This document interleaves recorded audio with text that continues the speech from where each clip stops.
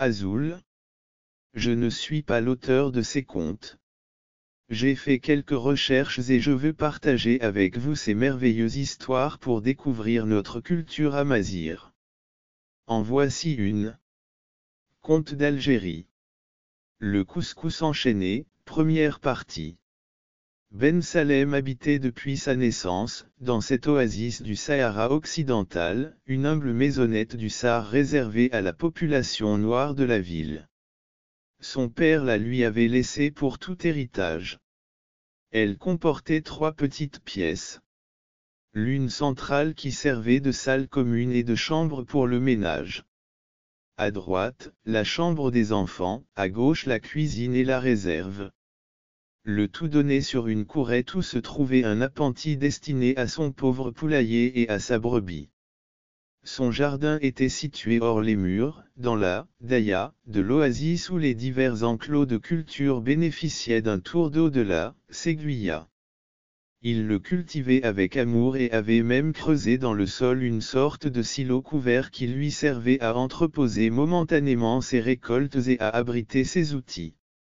En été, lorsque la chaleur devenait étouffante dans la maison, toute la famille avait l'habitude de venir déjeuner dans le jardin et de faire la sieste à l'ombre, dans cette grotte. La famille de Ben Salem comportait, en dehors de lui, sa femme, ses 2 enfants, la brebis et les poules qui l'approvisionnaient en lait et en œufs, et aussi un chat qui était le personnage sérieux de la maisonnée. On l'appelait, Lassas, le gardien. Et de fait, il s'acquittait de cette fonction de gardien avec grande dignité. Il suivait pas à pas les travaux de la maîtresse de maison dans son office quotidien. Soit qu'elle roulât le couscous, soit qu'elle préparât un tagine sur son petit fourneau, soit qu'elle grillât le café ou qu'elle filât la dernière toison de sa brebis. Quand, au cours de la journée, les enfants sortaient pour aller au messid, après les avoir accompagnés à la porte de la courette par laquelle on accédait à la rue, ils se blottissaient derrière cette ouverture et attendaient patiemment leur retour, épiant les moindres bruits de pas des rares passants de la ruelle. Si l'un ou l'autre était malade, il ne quittait pas son chevet. Les pauvres réserves de mil, d'orge et de semoule de la famille étaient par lui sévèrement défendues contre tout rongeur. La fidélité du gardien était vraiment un modèle de déférence et de ponctualité. Et pourtant, il y avait une faille dans cette présence. Lassas, la nuit, quand toute la famille dormait, se faufilait par un trou entre les solives et sortait. Ben Salem, l'ayant plusieurs fois cherché vainement avant l'aube, était intrigué par l'activité nocturne de Lassas. Une petite chatte voisine exerçait elle sa séduction sur ce gardien fidèle. Aurait-il une famille de chats inconnus? Où élevait-il ses enfants? Ses enfants lui ressemblaient-ils? Autant de questions auxquelles Ben Salem se décida un jour à chercher une solution. Le soir venu, les enfants se retirèrent dans leur chambre. Sa femme s'endormit. Il fit semblant d'en faire autant. Mais il avait laissé la porte à demi fermée pour ne point faire de bruit. Et quand il vit Lassas grimper vers son trou dans les solives, il entr'ouvrit doucement la porte, le vit contourner la cour sur la cime du mur de clôture et sauter dans la ruelle. Le couscous enchaîné, deuxième partie et fin. Ben Salem se précipita donc vers la porte de la cour, suivi sur la pointe des pieds par Lassas qui s'acheminait noblement vers le jardin familial.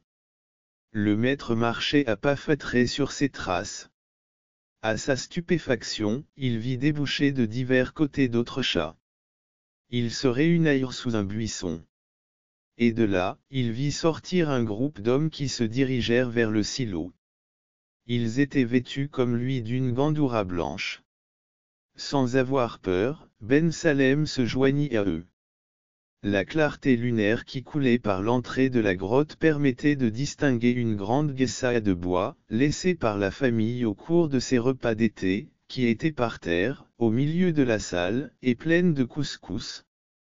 Ben Salem fut très intrigué de voir que sur le rebord assez épais de cette guessa se trouvait une chaîne qui épousait le contour circulaire du plat.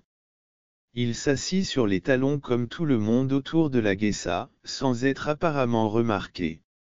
Mais, comme les convives muets ne se décidaient pas à mettre la main au plat, Ben Salem, après avoir saisi de la main gauche la chaîne qui entourait le couscous, pour rompre le silence, se mit à lancer, suivant le rite, un sonore « Bismillah » au nom de Dieu, avant de prendre de sa main droite une poignée de couscous. Aussitôt un éclatement terrible ébranla l'atmosphère, comme si tous les convives pulvérisés se dissipaient en ouragan. Ben Salem, effrayé, tenait solidement sa chaîne, mais la guessa se soulevait elle-même de terre.